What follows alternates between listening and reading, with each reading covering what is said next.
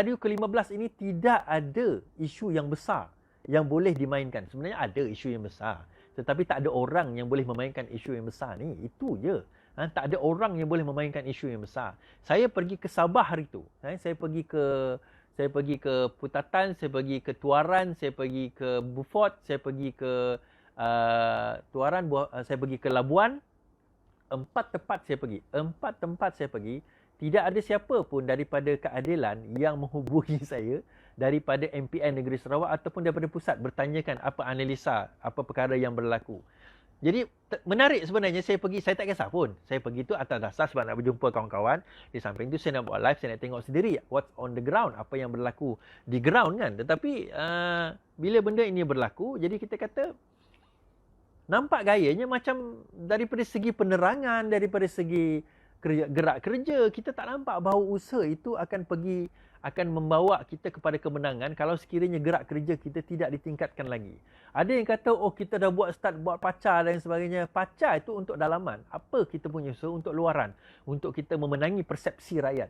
Daripada segi persepsi itu kita masih belum berjaya memenangi persepsi rakyat.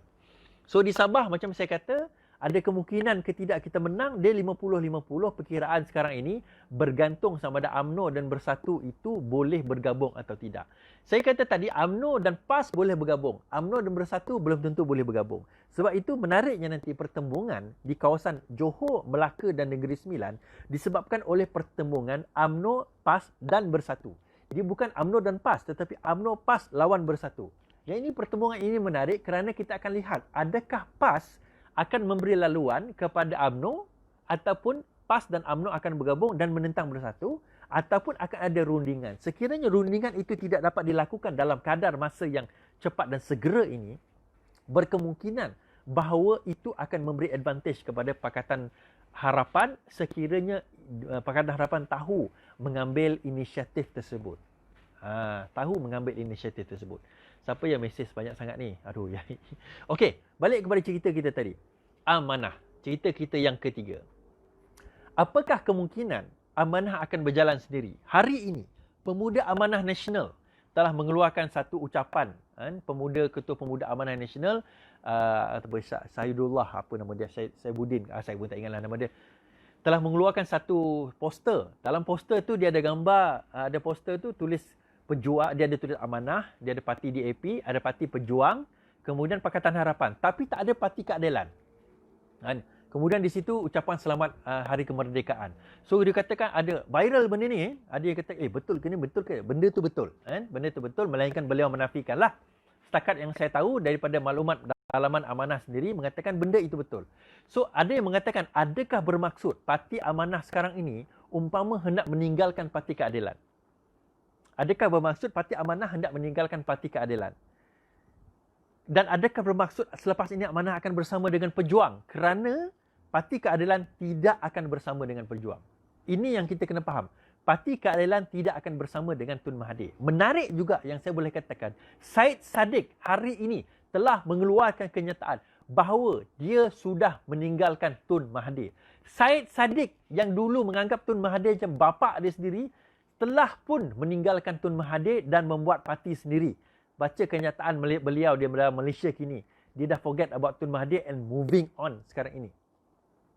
Jadi kalau Tun Mahathir sudah ditinggalkan oleh Syed Saddiq, saya tak faham kenapa ada di antara pimpinan Amanah dan segelintir DAP masih lagi nak bernaung di bawah Mahathir. Saya dah sebut sebelum ini bahawa Mahathir tidak lagi mempunyai kekuatan. Saya tak faham daripada segi mana kekuatan yang dia nampak, beliau nampak, mereka nampak mengenai Tun Mahathir ini. Jadi itu adalah sesuatu yang menarik untuk kita nak saksikan.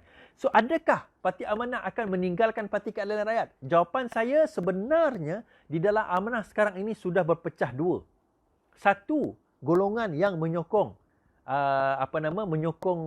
Datuk Seri Anwar Ibrahim dan juga Pakatan Parti Keadilan Rakyat dan juga Pakatan Harapan masih kekal di dalam itu. Another group, antaranya saya tak nak sebut nama lah, tetapi ada di golongan pimpinan di mana masih lagi nak bernaung, nak bersama dengan Tun Mahathir dan menganggap Tun Mahathir itu layak menjadi Perdana Menteri.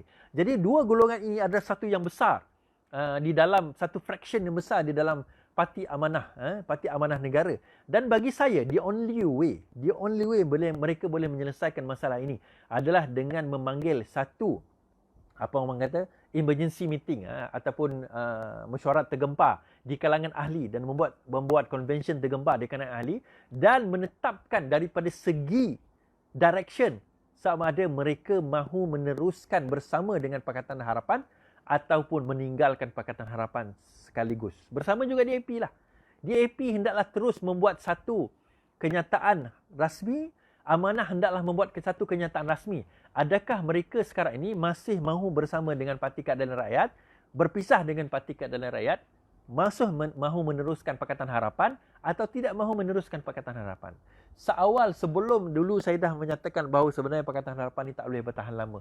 Dan saya pun menggesa supaya dalam pilihan raya umum yang akan datang, kita tidak menggunakan logo Pakatan Harapan. Gunalah logo masing-masing. Amanah pakailah logo Amanah. Tak payah pakai logo Keadilan pun tak apa. Kerana apa? Dalam keadaan yang ada sekarang ini, kita kena bersaing. Lagi menarik, kita kena tengok hypothetical, secara assuming, kita assume, kita andaikan. Katakanlah Amanah pergi sendiri. Persoalan saya, mampukah Amanah bersaing dengan parti semisal Parti Keadilan Rakyat? Tolak tepi UMNO lah. Sebab apa? Kita ambil contoh dekat Selangor, di mana Parti Amanah ni antara yang dominan di Selangor. Sekarang ini, kalau sekiranya tanpa Pakatan Harapan, maksudnya katakanlah kita berpecah. Maksudnya di negeri Selangor, kita tak payah tengok negeri lain. Di negeri Selangor, Amanah akan berlawan dengan Parti Keadilan Rakyat. Amanah akan berlawan dengan Parti Keadilan Rakyat di negeri Selangor. Persoalannya, mampu tak Amanah untuk nak berlawan dengan Parti Keadilan Rakyat di negeri Selangor? Dalam keadaan dia nak melawan pula dengan UMNO di kawasan tersebut, daripada segi grassroots, daripada segi gerak kerja. Saya tertarik sebenarnya. I'm really interested. Saya nak supaya siapa-siapa dalam Parti Amanah, kalau sekiranya pimpinan lah, kalau budak-budak bawah ni tak payahlah. Saya tertarik untuk saya nak interview mereka daripada segi gerak kerja, grassroots. Tolak tepi Sarawak, tolak tepi Sabah lah. Kita tengok Selangor. Kemampuan Parti Amanah untuk nak menyaingi Parti Keadilan Rakyat di dalam negeri Selangor. Saya takut nanti yang dikejar tak dapat, yang dikendong berceceran. Sebab kita ni, Parti Amanah ditubuhkan 2016. Mereka nanti bukan setakat hendak menyaingi Parti Keadilan Rakyat tau. Mereka akan menyaingi PAS. Sebab kebanyakan tempat di mana Amanah bertanding adalah tempat di mana PAS bertanding. It will be interesting untuk kita tengok dalam pilihan raya yang akan datang. Sama ada mampu atau tidak. Mereka bersaing dengan PKR, bersaing dengan PAS di satu DUN. Di mana kalau berlaku 3 penjuru. Sebab ini benda yang sekarang ini Amanah kena consider, Amanah kena fikir. Kita bukan nak bersaing, kita bukan nak bertanding dengan Amanah. Tetapi kalau sekiranya perkara ini berterusan dan berlaku, ini bukan ugutan, tetapi saya melihat kepada realiti semasa.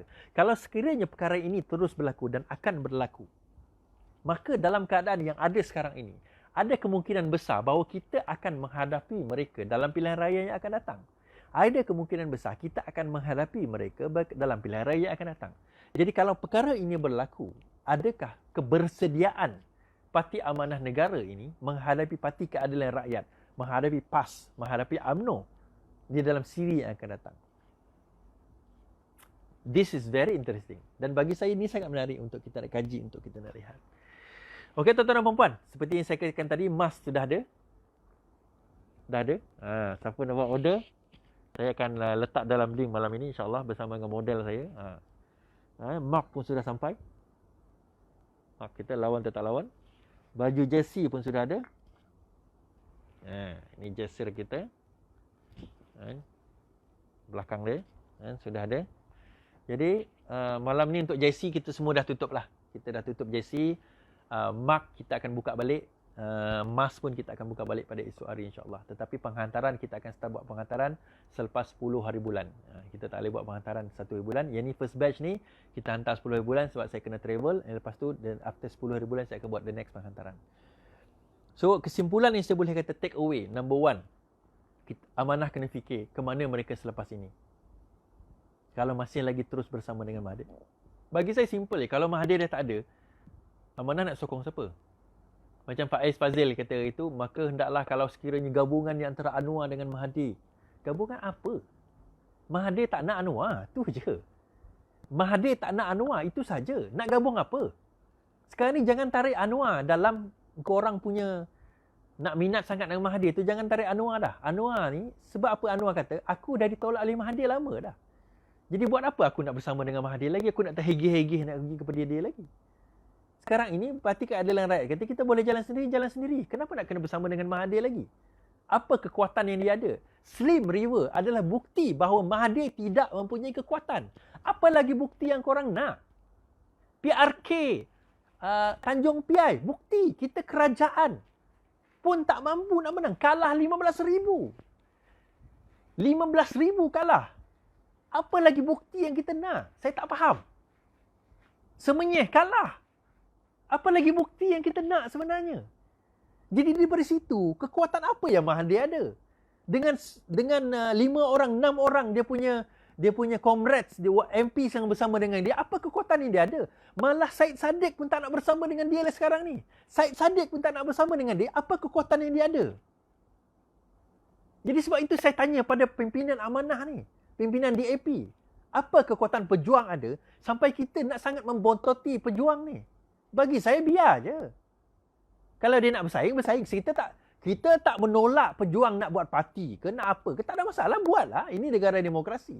Tapi nak kita bersama dengan mereka membentuk satu gagasan, apa orang kata, pembangkang, nak bagi kerusi kepada mereka, minta maaf. Minta maaf, benda tu tak akan berlaku. Dalam pilihan raya yang akan datang, kita akan lawan. Ini takeaways yang kita kena fikir. Dan insya-Allah tuan-tuan dan puan-puan, saya kata, kalah menang, jangan kita berharap dengan musuh kita. Jangan kita berharap dengan orang yang tak boleh harap. Jangan kita berharap dengan orang yang boleh khianati kita dan pernah pun khianati kita. Kalau kita berharap kepada kemenangan, kepada orang-orang yang kita tak boleh percaya, percayalah, kemenangan kita tak akan lama dan telah dibuktikan dalam pilihan raya sebelum ini, dalam kejatuhan sebelum ini. Itu saja daripada saya. InsyaAllah malam esok kita bersiaran lagi di tempat yang sama. Selamat malam.